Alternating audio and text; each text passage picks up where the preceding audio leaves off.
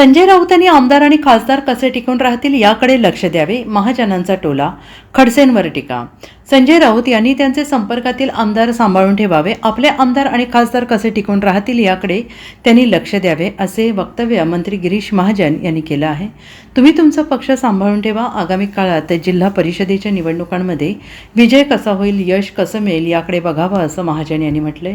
तर आम्ही तर आमचे लोक परत आणणार घेणार नाही, पण तुम्ही तुमची मुठभर जे लोक आहे ते सांभाळून ठेवा, असा टोला महाजनांनी राऊतांना लगावला आहे. ते जळगावमध्ये प्रसारमाध्यमांशी बोलत होते. अजित पवार गटाकडून, शिंदे गटाकडून आमच्याकडे कोण येत आहे ती या राऊत यांच्या गोष्टींना लोक कंटाळले आहेत, असे महाजन यांनी म्हटलंय. एकनाथ खडसे यांनी तक्रार करावी, कुठे डायरेक्टर कुठे, मी पैसे लपवले आहेत, त्यांनी माझी तक्रार करावी, असं महाजन यांनी म्हटलंय. तुमची प्रत्येक आठवड्याला एक SRD चौकशी होते, गुन्हे दाखल होत आहेत आणि ते तुम्ही बघा. लोकांच्या जमिनी खाऊन चालले, महार वतनाच्या जमिनी खाऊन चालले, हायवेमध्ये जमिनी घेत आहेत, त्यांचे कार्यकर्ते लगेच झाडे लावत आहेत, 7 ते 8 गुन्ह्यांमध्ये अडकलेले आहेत, 136 कोटी रुपयांचा रॉयल्टीमध्ये तुम्हाला दंड झालेला आहे, अशी टीका महाजन यांनी राऊत यांच्यावर केली. आणि आपण आपलं बघा, माझ्याविषयी काही शंका असेल तर तुम्ही तक्रार करा, असं महाजन यांनी म्हटलेलं आहे. मला जसं कळालं ते जमीन महार वतनाची आहे, ती जमीन लगेच परत केली, खरेदीचे पैसे घेतले नाही, जे घेतले होते ते सुद्धा पैसे त्यांना परत दिल्याचं महाजन यांनी म्हटलं आहे. आम्ही जी जमीन मुलीच्या नावावर घेतली ती का तुम्ही परत करत नाही, असा सवाल महाजन यांनी केला आहे. आपल्या एवढ्या बातम्या येत आहेत, ती म्हातारी जमिनीसाठी चक्रा मारते, मात्र तुम्हाला थोडेफार काही वाटतं आहे का, असा सवाल महाजन यांनी केला आहे. संजय राऊतांना माझ्याबद्दल काय एवढा पुळकाला मला कळत नाही. सरकारसाठी ते संकटमोचक असल्याचं चित्र दिसतं आहे, असं संजय राऊत म्हटले. सरकारसाठी म्हणजे सरकार पक्क करण्यासाठी आमदारांना जवळ करतायत, जिल्ह्यातील काही मंत्री असतील, आमदार असतील, आता भाजपमध्ये प्रवेश करणार आहेत, त्यासाठी गिरीश महाजनांच्या संपर्कात आहेत.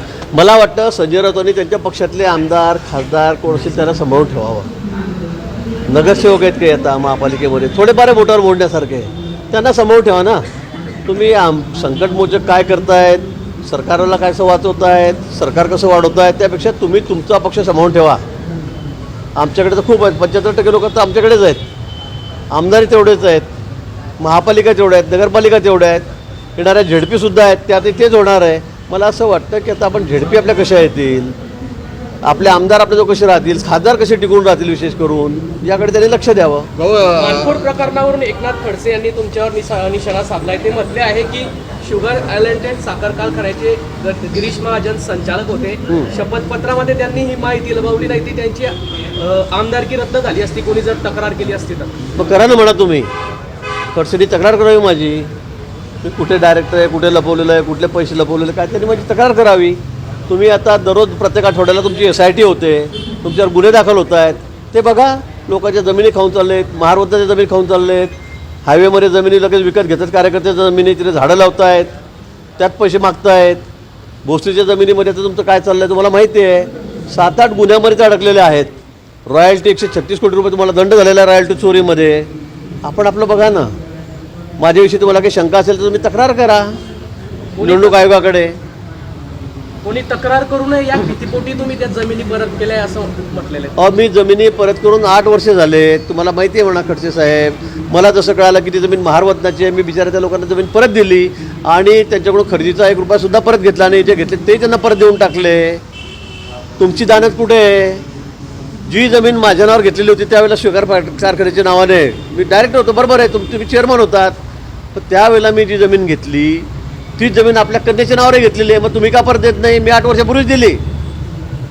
मी 8 वर्षापूर्वी दिली. अजून काही कमी जास्त असेल, 1-2 वर्ष 10 असतील किंवा 6 असतील, पण मी त्यावेळेलाच परत दिली. मला जसं कळालं की ही जमीन महारवतनाची आहे, जी परवानगी घेतलेली नाही, मी तात्काळ ती जमीन त्यांना बोलावून त्यांना ती परत दिली, बोदवडला नेऊन ती खरेदी करून दिली. त्यांच्याकडून 1 रुपयासुद्धा मी त्या खरेदीचा घेतलेला नाही. राजकीय षडयंत्राने ही सर्व कारवाई. मग तुम्हाला वाटत नाही का थोडीशी आपली काय आपण काय करतोय काय नाही? ती बिचारी म्हातारी बाई 80 वर्षाची तुमच्या घरी येऊन तिथे धरणं धरून बसलेली आहेत. ती अंगावर राखेल घेते, ती वारंवार त्या ठिकाणी तुमच्या ऑफिसमध्ये, कलेक्टरच्या ऑफिसमध्ये फेऱ्या मारते. हां, तुमच्या नावाने एवढ्या पेपरला बातम्या आहेत, TVवर बातम्या आहेत, पण आपल्या थोडीफार जनमानाची आहे का? काहीच नाही आहे. आपण ती जमीन धरून बसलेला आहात. द्या ना त्या गरीबाईला परत जमीन. तुम्ही जर कारखानाच काढला नाही तर जमिनी परत द्यायला पाहिजे लोकांच्या. त्यांनी त्या भागातल्या सगळ्या गरीब लोकांना भूलताफा मारून त्यावेळेला त्या जमिनी घेतल्या, तुमच्या मुलांना नोकरी लावतो, तुम्हाला असं करतो, तुम्हाला तसं अशी प्रलोभनं दाखवली, कारखाना झालाच नाही. मी डायरेक्टर आहे, माझं म्हणणं आहे की त्या सगळ्या जमिनी त्या लोकांना परत द्या. तुमचं काय तिथे त्या परत गेल्या पाहिजे त्या लोकांना, ते गरीब लोक आहेत सगळे. Bureau report SBN Marathi, Mumbai.